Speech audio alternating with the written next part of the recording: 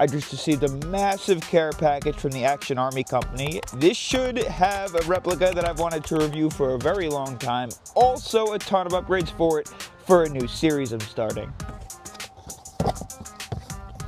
Holy smokes. Loaded us up with stuff for a new replica, AAC-C1 gas airsoft sniper.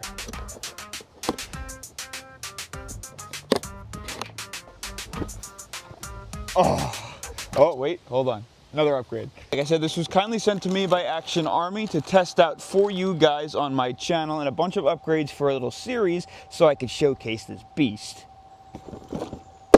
I'd like to thank Skirm Shop and Stalker Airsoft for helping coordinate this between myself and Action Army. Tiny little beast at first glance looks and reminds me almost of like a wasp or a hornet with how narrow and like small it is, which is super cool. And if you don't know already, Action Army is the company that makes the AAP-C1, which is what really excited me when this released because, well, I feel like there could be a ton of aftermarket upgrades for this.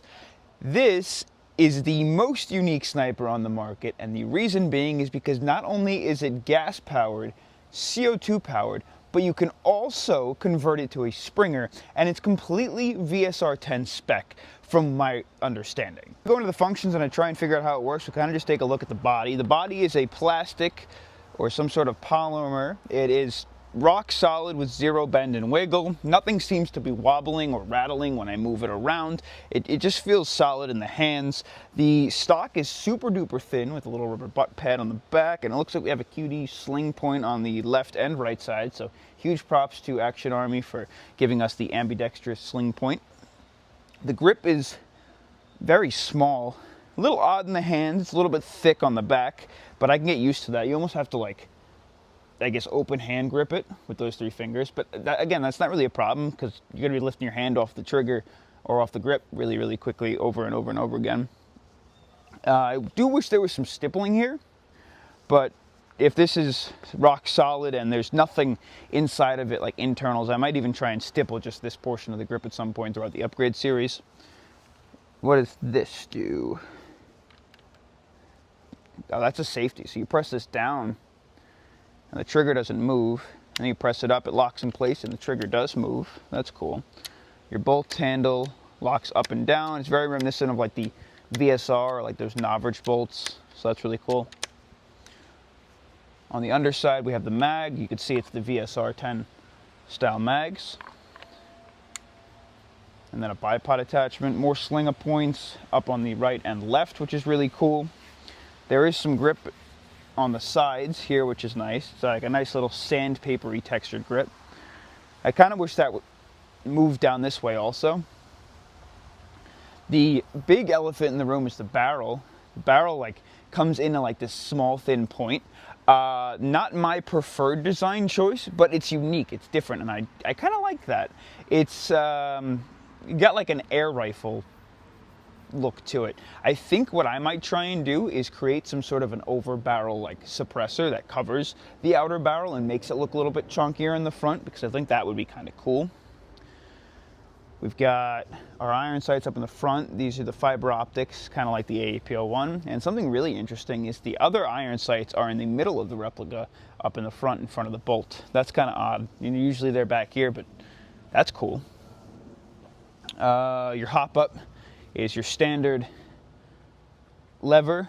Forward should be less hop, back should be more hop, kind of like any of your VSR-10s. And now the elephant in the room, I really want to take a look at like how this whole thing opens, because I know this opens up. I'm assuming it's this button. You pull it, yeah, you pull it back, and then this whole chamber should open, and that's how you access your gas reservoir. This should be magnetic, and it should pull this piece, which I believe is your gas reservoir, back into the rear. And that's how you're going to charge the handle or charge the bolt. Then when you push it forward a little bit, that's how you remove your gas tank. Fill valve on the base, up in the front. You just slot it back in, close it. You see how it stays open? That's your charge position. When I pull the trigger, it should slam forward. And during that, I don't know if you could see it, released a little bit of gas out the front. So that's kind of cool. Bolt pull is super smooth. Yeah, it's super smooth. Wow, so interesting. One thing that I'm really intrigued to see is does the lid, almost like the AK dust covers, if you mount something to the AK dust cover, since it's so rattly and all over the place, it loses 0. I want to see if that's the case with this, because obviously this is where you're going to mount your rail to, but when it's closed, unlike the AK dust covers, there is 0 movement at all. It even looks like there's a small little piece of rubber to keep tension on this guy. I do also hope, because like if you put a larger or like a heavier scope on here, I hope it doesn't like add too much weight to pull downwards and away and cause problems for the joints where this moves. So maybe like a lighter scope might be a good idea. Did you see that leaf? Wow. I'm so excited to upgrade this and test it out. I'm gonna paint it. Let's check out some of the upgrades it came with. So like I said before, Action Army sent us a buttload, an absolute buttload of upgrade parts. And what's cool is they actually are manufacturing all of these themselves. There are also the ability to put, like I said, most VSR 10 parts in here. Don't quote me on that, but I'm pretty sure. And get out of here, ant. Stalker's parts also fit in here too. I was talking to Wesley, he's put some of his parts in here and he actually really enjoys it. Not all of them, I think some require modification, like the hop unit. The hop wheel or dial doesn't reach all the way, but we'll get into that as we start to upgrade parts. Let's take a look at each part individually. This one while we're here is this guy. I don't know if it comes with it or not, but this was also in the box. And after taking a look, this is one of the first CO2 chambers instead of gas, in case you choose to increase your power. And what's really cool about that is it's also going to allow you to run it better in the colder weather with more consistency. If that doesn't float your boat, Action Army also sent us 3 more CO2 chambers at different power strengths. You can see the M130, equivalent to, I guess, the spring, if I'm assuming correctly, the M150 CO2 chamber, and the M170 CO2 chamber. And I'm just assuming that's how much CO2 each one will let out every time that we fire a shot. We'll test these all out in their own video. The next upgrade that I'm really excited about, and I feel like is essential, it doesn't come with it, but you may as well pick one up because you're going to need it unless you want to run it with iron sights like a goofball. This is the rail. This is the scope rail that you're going to have to screw onto the top of that hinge mechanism, and obviously this is how you're going to adjust or add your scope. So this won't be its own video. I'll probably wind up adding this in during the entire review video of the AAC-C1, where I test fire it, I break it down, I show you all the internals, I share like some genuine opinions and stuff. That'll be really cool. We're just going to install this because I'm going to need it to test out the accuracy. This is your AAC-C1 cartridge shelf. So if I'm not mistaken, this guy allows you to attach to the side of the AAC-C1, or the Athena. I think Athena is easier to say because they also call it the Athena. This allows you to attach it to the Athena and connect this inside, and it kind of holds it like a shotgun shell, but now you have a spare cartridge on the go and ready. And I believe in order to attach this piece, you need the receiver dress, but don't quote me on that yet. Some more internal upgrades. We have the enforced magnetic base and the enforced spring guide. Both of these go into the back of the chamber, or the back of the bolt, I think, where the cartridge goes, and this is going to increase the strength and reliability of pulling the cartridge back, and I believe this guy will, or should, from just a guess, increase the stability of the small spring that's in the back that launches the gas chamber or CO2 chamber forward. The next one is a thickened butt plate. This one's in a box, so we'll take this one out just so you can see what's going on here.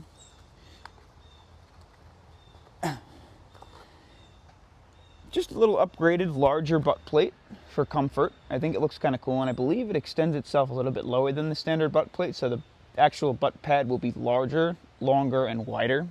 That's cool. Like a nice malleable rubber texture. That'll probably add some comfort to the shoulder. Now that there's much recoil, this guy is the loading indicator they sent us, and what this is going to do is actually allow us to see if there is a round loaded in the chamber. So if we forget, if we rack the bolt, well, we know because we can just look at this guy and it's going to tell us. Next, This is kind of wonky. This is an Airsoft cylinder. I don't know if it's like a Teflon cylinder or... Let's take a look. Let's see.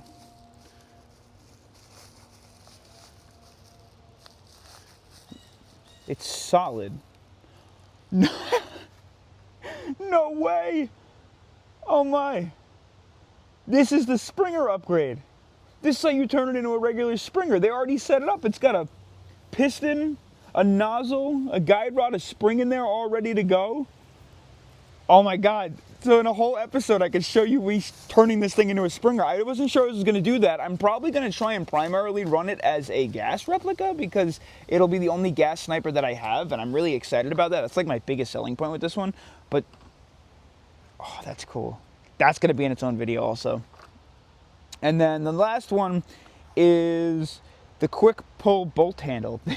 This will also probably be in its own video too. This is going to go in place of your regular bolt handle, so you don't have to rack it up and down. You just pull it back and forward, back and forward, back and forward. It almost looks like an M4 charging handle a little bit, but that is, dang, I'm really excited about that too. That's going to look absolutely nuts. I'm a real big fan of the regular bolt charge. It's just authentic to me, but I know a lot of people are going to really like this one. Got this up. Let's see if we can. Oh yeah. Oh yeah. Action Army, huge props for not over gluing and pinning this thing into place. Oh, there's some long threads. I believe that's 14mm counterclockwise. I brought this out because I figured I'd want to test it out. I just have a little protector. It is 14mm counter. Just a little cosmetic. Get this guy out of there. Absolutely crazy. We are loaded out and ready to go. Tons of videos, an entire upgrade series coming soon on the Action Army Athena AAC-C1. Thanks again, Action Army, for sending this all out. I'm so excited to test this thing out and showcase its capabilities. I have high hopes for it. And also thank you to Skirm Shop and Stalker Airsoft for helping coordinate this with your pals over at Action Army Company. I'll catch you guys in the next adventure. The upgrade series is only steps away. Peace.